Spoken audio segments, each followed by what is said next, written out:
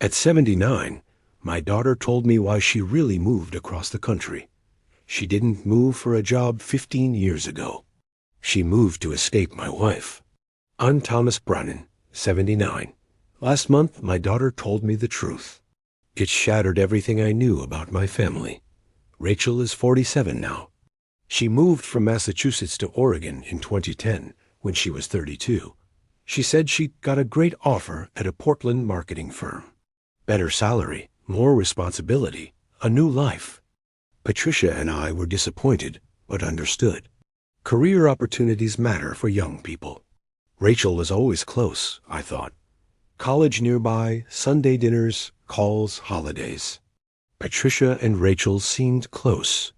Shopping, phone calls, typical mother-daughter activities. Her move felt sudden, but not suspicious. A natural step in her adult life. For 15 years, Rachel visited once or twice yearly for holidays. Visits were brief, 3 or 4 days. She seemed uncomfortable, always finding reasons to leave the house, meet friends, run errands. I noticed, but told myself she was busy, with many people to see. Patricia commented Rachel seemed distant, not confiding like before. I'd say it was normal. Patricia would look hurt, then drop the subject. Last month, Patricia had a stroke, a severe one. She's in a care facility now. She can't speak clearly and doesn't recognize people. Doctors say this is how things will be. Rachel flew out when she heard. She saw her mother's condition and asked to talk privately. We went to the hospital cafeteria. Rachel said she needed to tell me something, now that Mom couldn't hear or be hurt by it. She told me she didn't move to Oregon for a job. She moved to get away from Patricia. She'd been planning her escape for years, actively looking for jobs across the country, to put as much distance as possible between herself and her mother. I didn't understand. I asked her what she meant. Rachel took a long breath and started explaining. My understanding of my family shifted. She said Patricia had been emotionally abusive to her for her entire life. Not in obvious ways, but in constant subtle ways that made her childhood miserable. Patricia criticized everything. Her appearance, friends, choices, interests, personality. But she did it in ways that seemed like concern or helpful suggestions. She'd say, "Are you sure you want to wear that? You know how unflattering that style is on your body type." Or, "I just worry your friends aren't ambitious enough. They might hold you back." Or, "You're so sensitive. You really need to toughen up if you want to succeed." She compared her constantly to other girls and women, cousins, friends' daughters, magazine models. Always with the framing of, "I just want you to be your best self." Or, "I'm telling you this because I love you." Patricia would punish her with silence and coldness whenever Rachel displeased her. If Rachel got a B, or chose friends over family, or expressed an opinion Patricia disliked, Patricia would become withdrawn and hurt. She wouldn't yell, but make it clear Rachel disappointed her. And then Patricia would wait for Rachel to apologize and make it right. Rachel, because she loved her mother, would always do it. Apologize for things that weren't wrong. She'd change her behavior to please Patricia, sacrificing her own wants and needs for peace. This pattern shaped her entire life. She chose college and career based on Patricia's happiness. She dressed how Patricia wanted, dated men Patricia liked, performed the version of herself Patricia wanted. And through all of this, I had no idea. I thought they were close. I thought Patricia was a devoted mother, that her comments were normal maternal concern. Rachel finally couldn't take it anymore in her early 30s. She was exhausted from trying to be the person Patricia wanted, from managing Patricia's emotions. Her therapist helped her see it wasn't healthy. She needed boundaries or distance. She chose distance, found a job across the country and left. The physical separation was the only way to figure out who she actually was. Separate from Patricia's influence and expectations. I asked Rachel why she never told me, why she let me think it was for career reasons. She said she'd tried to tell me, in indirect ways throughout her childhood. She'd say, "Mom makes me feel bad sometimes," or "Mom gets upset when I don't do what she wants." But I dismissed these comments. Said that's just how mothers are. Rachel was too sensitive. Rachel said she stopped trying because she realized I either couldn't or wouldn't see. I was so focused on the surface level of our family, on the appearance of things being fine. I wasn't willing to look deeper at what was actually happening underneath. Sitting there, I realized she was right. I'd been willfully blind for decades to my own daughter's suffering because acknowledging it would have been uncomfortable. It would have required me to confront Patricia, to challenge her behavior, to risk the stability and peace of my marriage for the sake of my daughter. So I'd taken the easy path. I'd believed the surface story. I'd told myself everything was fine because that's what I wanted to believe. Rachel talked for over an hour, giving examples of Patricia's words and actions. Things I'd either missed entirely or interpreted as normal maternal behavior. She talked about how Patricia's criticism destroyed her self-esteem, how constant comparisons made her feel she was never good enough, how emotional manipulation taught her love was conditional on pleasing others. She talked about how living across the country had changed her life. She'd learned to make decisions based on what she wanted, not Patricia's disapproval. Developed friendships with people who accepted her. Started dressing differently, pursuing new interests. Becoming the person she actually wanted to be. The distance had been hard. She'd missed me, missed having a relationship with her father, but it was necessary. She couldn't be around Patricia without falling back into old patterns. Becoming that anxious, people-pleasing version of herself she'd worked so hard to leave behind. I asked her why she was telling me this now. She said because Patricia couldn't be hurt by it anymore, couldn't weaponize the information, and also because she wanted me to understand finally what my daughter's life had been like, and why our relationship had been so limited for the past 15 years.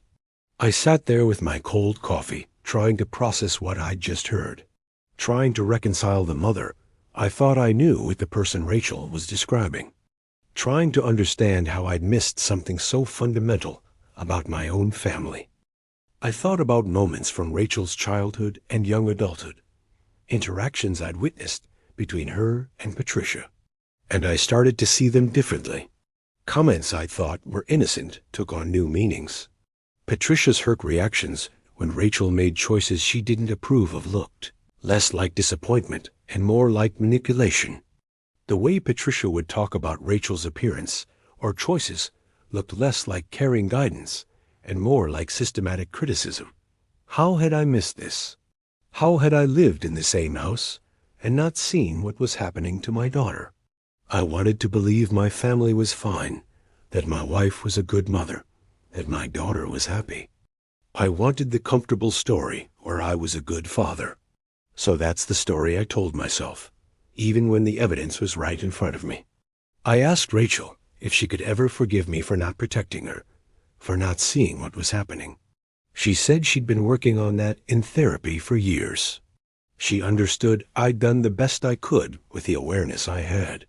But that didn't change the fact that she'd needed her father, and I hadn't been there for her in the way she needed.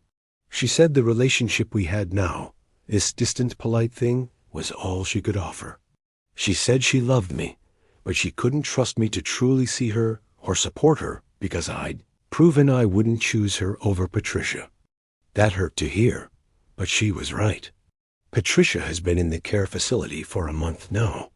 I visit her most days, even though she doesn't recognize me. I sit there looking at this woman I've been married to for 53 years, and I don't know who she is. I thought I knew her. But Rachel's words have made me question everything. Was Patricia deliberately cruel to our daughter? Or did she genuinely believe she was helping, guiding, protecting Rachel? Did she know she was being manipulative? Or did she think she was just a concerned mother? I can't ask her now. I think about the marriage I thought I had. Patricia and I rarely fought. We had a peaceful household. But now I wonder if that peace came at Rachel's expense, if I maintained my comfortable marriage by sacrificing my daughter's well-being. I think about all the times Rachel tried to tell me something was wrong, and I dismissed her. All the opportunities I had to be a better father, to protect her, to challenge Patricia's behavior. I let all those moments pass because intervening would have been uncomfortable, would have created conflict. So I chose comfort over courage. I chose the appearance of family harmony over my daughter's actual well-being. I chose to believe what was easy to believe rather than looking at the harder truth. Rachel is going back to Oregon tomorrow. We had dinner last night, and it was strained and sad. We're trying to have a relationship, but we don't really know how to do that when so much has gone unsaid for so long. She said she appreciates that I listened to her, that I didn't get defensive or try to deny her experience. But she also said it doesn't change what happened or make up for the years when she needed me to see.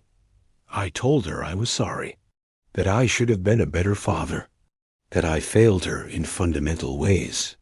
I want her to know that I see it now, that I understand now, even if it's too late. She said maybe it's not entirely too late. Maybe we can build something different going forward, based on honesty. But it won't be what it could have been if I'd been the father she needed all along.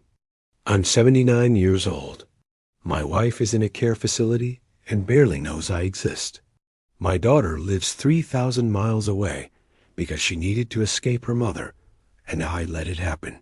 I spent decades being blind to what was happening in my own house because seeing it would have required me to do something difficult. And now I'm left with the knowledge of what I missed, what I allowed, what I failed to prevent. I can't fix it. I can't go back and be a different father. I can't protect the child who needed protecting. I can only live with the consequences of my choices and try to understand how I got here. If you're a parent, I need you to listen to your children. Really listen. Not just to what they say directly, but to what they're trying to tell you in indirect ways. Pay attention when they seem uncomfortable around your spouse. Notice when they seem anxious or stressed in their own home. Don't dismiss their concerns as oversensitivity or normal family dynamics. And if you see something that troubles you, don't look away. Don't choose comfort over your child's well-being. Don't maintain peace at the expense of your child's safety and happiness. Don't be the kind of father I was, so invested in believing everything was fine that you missed the signs that it wasn't. My daughter moved across the country to escape her mother. I didn't know because I didn't want to know. And now we're both living with the consequences of my willful blindness. Don't make my mistake. See what's actually there, not what you want to be there. Your children deserve that. They deserve parents who are brave enough to look at uncomfortable truths and act on them. I wasn't that parent, and I'll spend whatever time I have left wishing I had been.